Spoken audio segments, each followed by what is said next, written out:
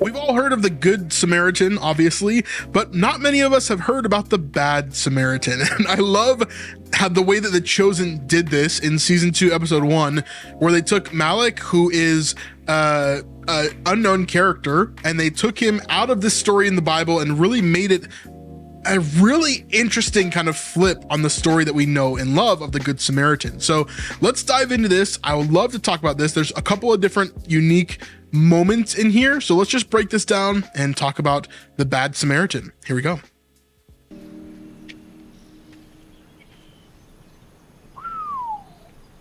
Some expert work, my boys. Exceptional. You should have seen this place. Weeds and branches piled everywhere. We cleared and sowed it in a single afternoon. So you've told us. Of course, a huge part of this episode is that John and James are kind of arrogant and kind of haughty. And so, of course, they're showing that off here. Well done. Very well done.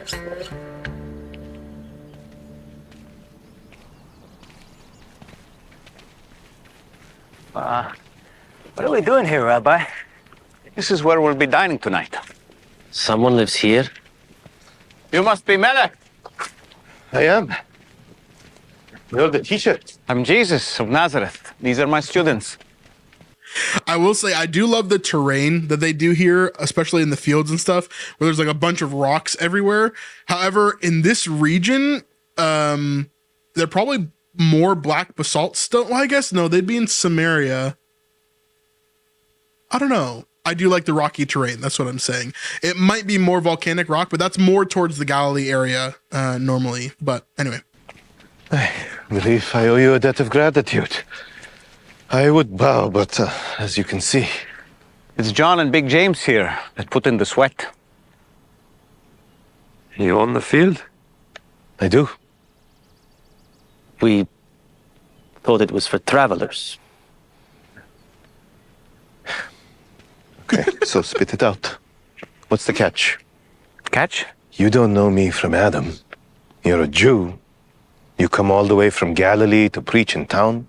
You send your students to work my land. Fotina told us you were in need.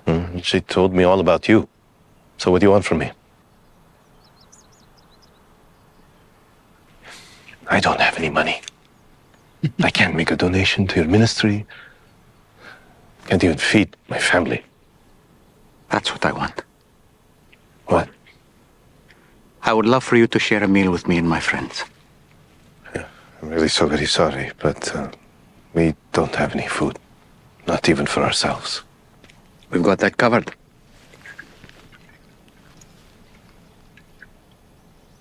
Please.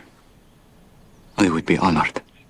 Of course, I love this section here because it shows us more of Jesus's humanity and how he reacts to people that aren't deserving, right? This is a theme throughout this entire episode. Even with James and John, they aren't deserving of a title or of doing anything important, right? But he has them work in a field, which of course they react to badly once they meet who owns the field.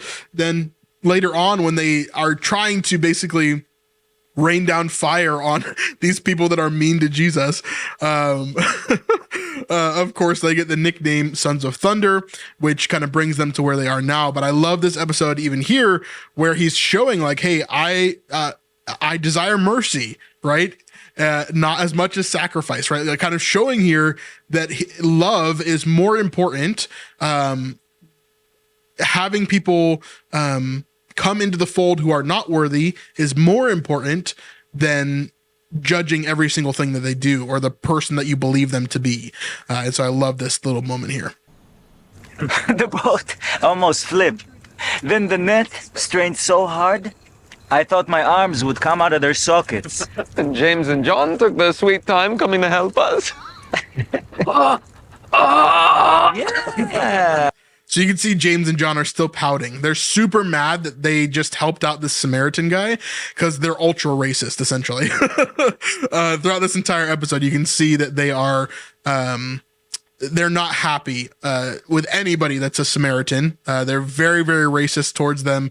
which would have been a Jewish thing for sure. The Jews and Samaritans did not get along in any way. And so the rest of the group is reacting a lot better than James and John are. I had to call for help 5 times before you moved. So you followed him all the way into Samaria? We did suggest the alternate route along the Jordan.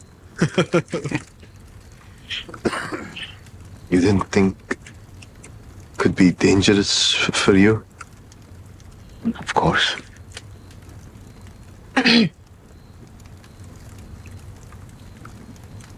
When I was a little girl, my father told me they. I love that little moment there. The wife is almost asking permission to speak, which I feel like would be generally more accepted, right? The wife is asking her husband if she can speak. He kind of gives her a nod, and then she begins to talk in this section here. Yeah, I love that little subtle moment there. Messiah would bring an end to pain and suffering. If you are who people are saying you are, when will you do that?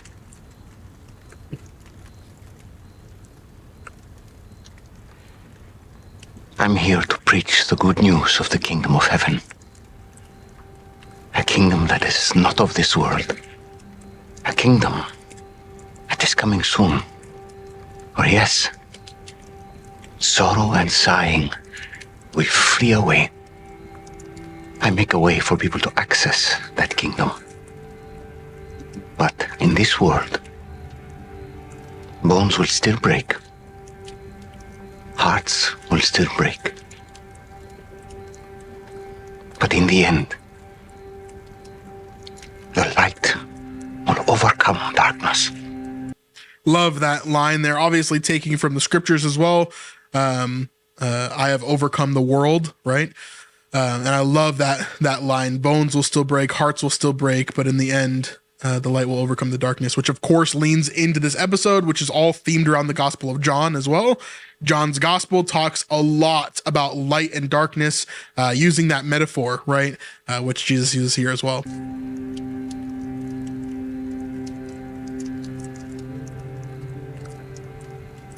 I also love how uninterested this little girl is. Like, I think I think it's a good thing. I don't think it's a bad thing. Like, I think this is exactly how little kids would be if they were around this fire. They're not understanding really what's going on. They don't really understand who this guy is. And she's just like, okay, mom, why are we here?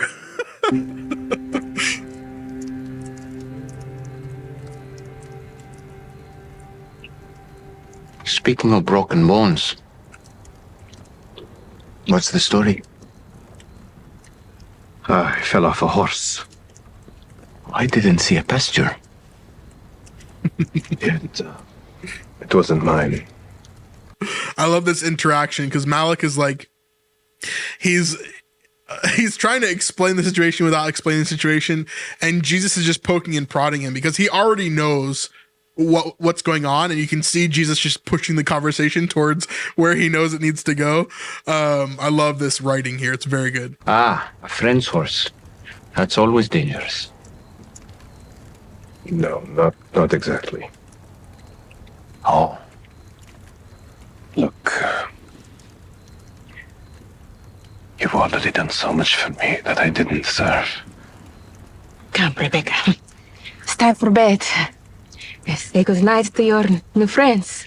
Good night. Good night. Good night.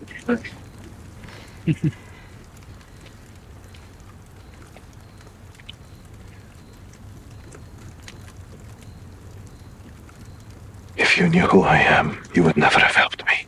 That's not true. Love that. Love that. It's just the core of the gospel, right? If you knew who I was, you would have never helped me. And of course, we're going to head back to the capstone of Peter here, right? Simon Peter, who says, you know, go away from me. Like, I'm a sinful man, you know, depart from me. You shouldn't have me follow you. I'm not worthy of you, which of course is the core of this episode. And we see that in here with Melech again.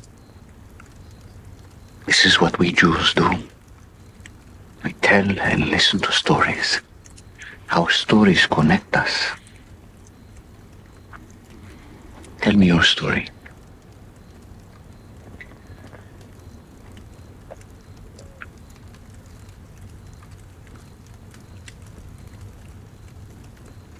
We ran out of money and food. My little Rebecca, I could see her ribs through her skin. And Hedva, her eyes turned gray. I see a lot of people in chat talking about the glare that she gives him on the way out. Yeah, very wifely thing. Like, are you going to talk about this sort of thing? Really interesting. Been a drought, so there was no work in town. I had a friend in Tiratana who was also in bad straits. We traveled south past Ephraim and lied in wait along the road from Jerusalem to Jericho. We attacked a Jew who was traveling along. Pulled him down from his horse, took all his money and all his clothes. So here, this is validation for John and James. James, of course, is one of the most aggressive of the apostles that we've seen. Throughout the series, you see him having a dagger or a sword or being ready to attack at any moment's notice. And so him, out of almost anybody else, by the way, we have a new actor for Big James, if you haven't realized that, in season 2. Abe is the one that plays Big James for the rest of the series. Abe Bueno Jalad used to be Abe Martell if you were watching back then, but he changed his actor name to Abe Bueno Jalad within the last few years. But anyway, so they are getting validated here. Of course, this guy's a bad guy. He's a Samaritan. We hated him, right? Like, of course, we shouldn't have helped from the very beginning. And so you can see that here, this contempt that they have. He fought back, so Deshaun knocked him down. Hit his head on a rock. I thought he was probably dead. So this, of course, is a mirror of what we see in Luke chapter 10. We see... But real quick, before we go there, let me tell you about something I'm really passionate about. This is ArtsaBox. They're a company based out of Israel that works with local companies within Israel to send products all around the world. Every quarter, you could have a box come to your house from local vendors that work on local products, all handmade and amazing quality. Really, it's one of my most favorite companies to talk about on this channel, and I've been using them for the last 3 years. This month's box in particular is one of my favorites they have ever done. It's based around biblical archaeology. And so you can see here different things like a wax seal that's based off of a coin that they found from ancient Israel. And also this inkwell, which you can use to actually write Hebrew letters as they did in Qumran for the Dead Sea Scrolls. Now, this is an amazing company, but they've also given us an amazing deal. You can go to ArtsaBox.com right now and type in SNIPE20 as your coupon code, and that will give you 20% off an annual or one-time subscription. With the annual subscription, you'll get 4 boxes a year, 1 each quarter, and that comes out to around $20 a month, which I think is an insane deal for the amount of things that you get in these boxes. Overall, what this company is doing is amazing. Not only do you get quality, amazing products from Israel that you could not get in the United States, but also you're supporting local businesses that are in real trouble right now over in Israel. There's not a lot of tourism going on, and so it's really hard for them to stay alive. And ArtsaBox is helping them do that. So if you want to support local Israeli businesses as well as the channel, use code SNIPE20 at checkout at ArtsaBox.com. The link is in the description down below. The Good Samaritan, and behold, a lawyer stood up to put him to the test. This is talking about in real time with Jesus. A lawyer was saying, to basically test him. Teacher, how will I inherit eternal life? What is written in the law? How do you read it? The lawyer said, you shall love the Lord your God with all your heart, with all your soul, with all your strength, and with all your mind, and your neighbor as yourself. Then he said to him, you have answered correctly. Do this and you will live.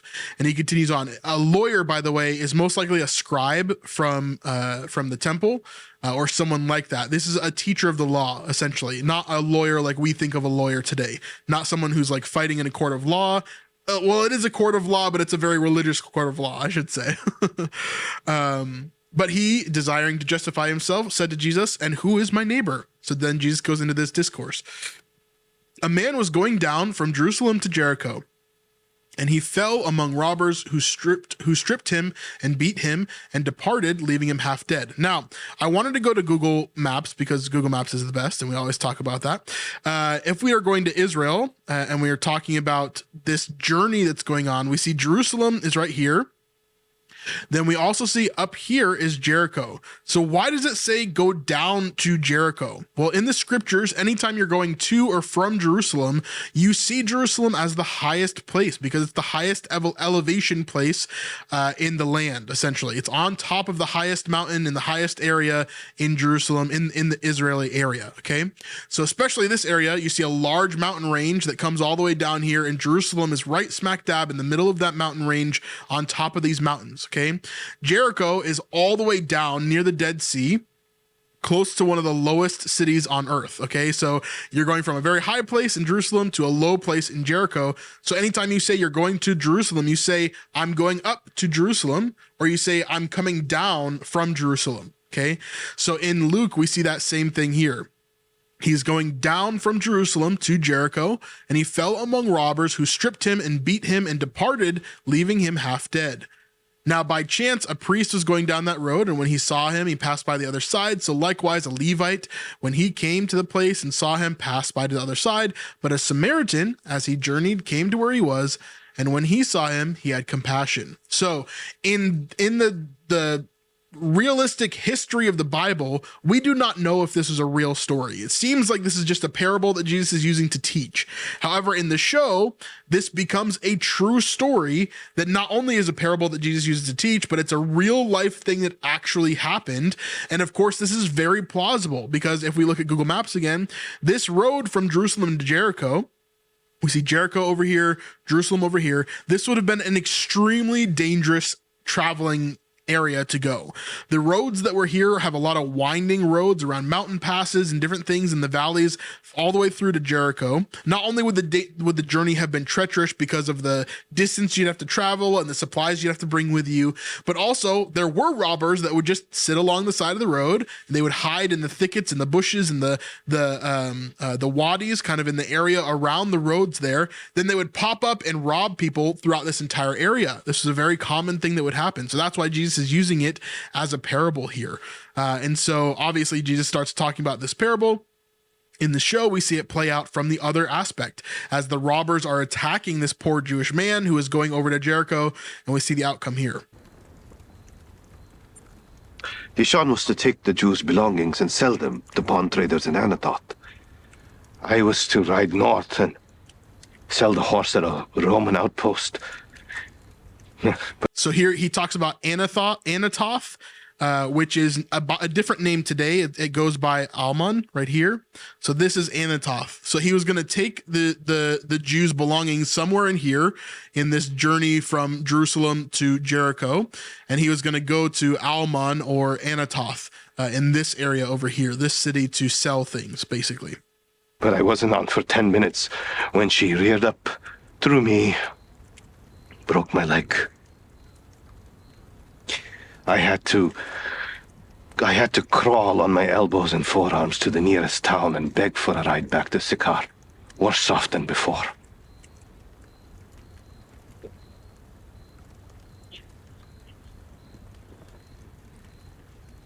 So now you know what you've done.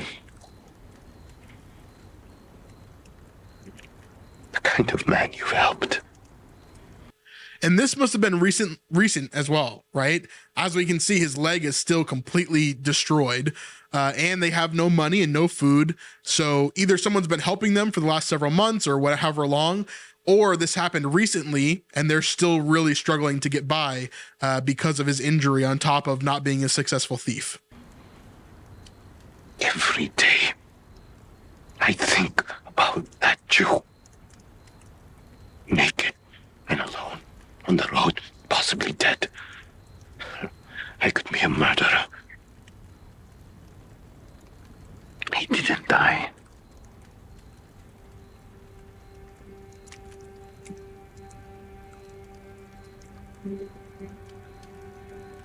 Somebody came along and helped him.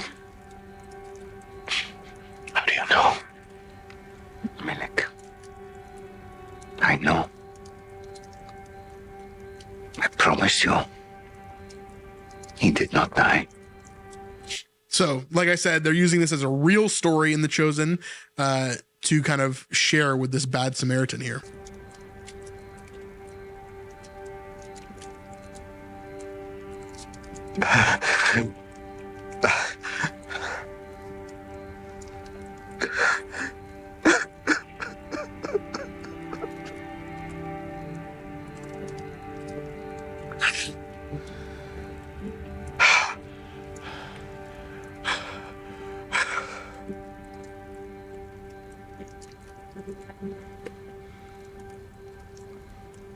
Why me? Why did you come all the way out here? Isn't everyone in town falling at your feet? The shepherd leaves the 99 on the mountain to search for the one that went astray. Now, we didn't talk about this in this video in particular, but earlier on in this episode, Jesus also has a discourse here. We're actually going to mention it in another video this week, so check back in for that. But the 99 to the 1, of course, Jesus leaves the 99 to go for the 1. It's the same thing that he says in the finale of season 1, where he says it's not the healthy that need a doctor, but the sick, right? That's from Mark 2:17. And so some of my favorite moments there. But the whole purpose of this episode is to show whether you think you're good or bad. First of all, you're everybody's bad, right? There's nobody that's good. No, not one. But we are all worthy because Christ makes us worthy, not because of anything that we do or anything that we are or anything that we control, but only because of what he has done and what he says of us. And so Melech is just as worthy as the Jewish person that he destroyed on the road, right? Or as the apostles here that are being arrogant or racist, right? Everybody is worthy. You just have to come to the table. You just have to come to Christ.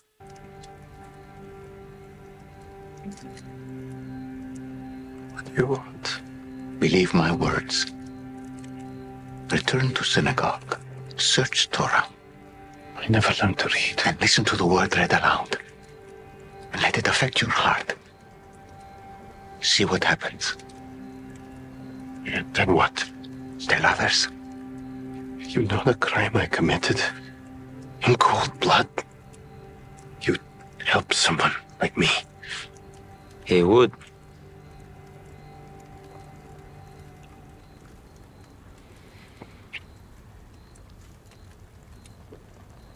Sleep on it. We'll be in town for one more day.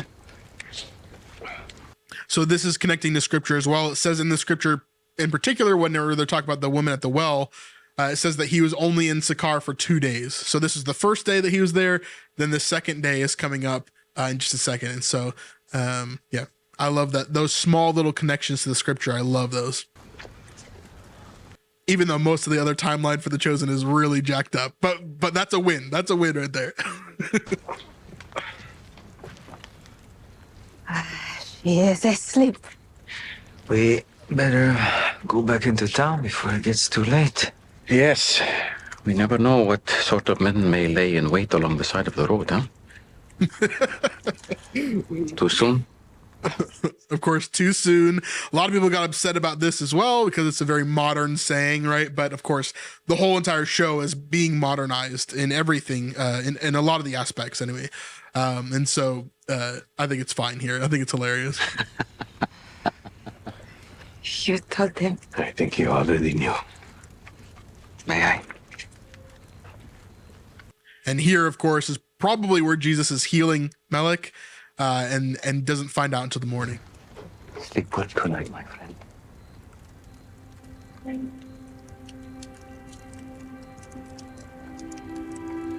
Not that Jesus needs to be there to heal him anyway, but Thank you for having Thank you.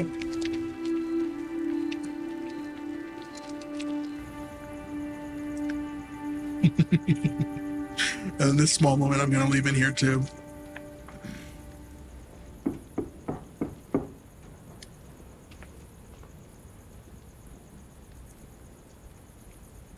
You're sure this is it? I don't know. This is the address I was given.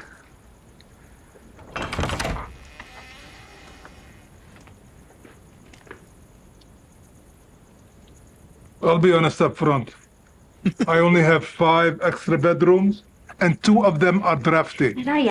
It's so funny. Obviously, this would have been a very luxurious home. Fatina's husband is obviously insanely rich. To say that he only has 5 extra bedrooms is pretty crazy. They usually sleep on the ground. I think they'll be fine. Are you sure this isn't a problem? I'm dying anyways. I don't need the house anymore. Where is Jesus? I wonder if he's still alive in the Chosen, if he is actually dying, right? Is he still alive in the timeline of the Chosen? I don't know. You have certainly livened things up around here. You got me in a good mood just to fit in. Come in. Shall we? All right. One of the rooms is haunted by my dead grandmother. Oh, I'll take that one. Did you know who he is? He's not afraid of ghosts. I might be. So anyway, that is our section with Melech and them getting into the ghost-filled house. I thought that was hilarious. Anyway, let me know if you have any other thoughts about the Bad Samaritan and how they did this in this episode. I just thought it was such great writing, such good moments here. Do not miss our next deep dive for season 2, episode 2. Perhaps one of, if not my favorite episode of The Chosen. It's in a battle with a couple others in this season, in fact. So really, really good episode. We'll be there soon. Definitely leave a like, subscribe if you haven't already. We'll see you guys on the next one. Peace.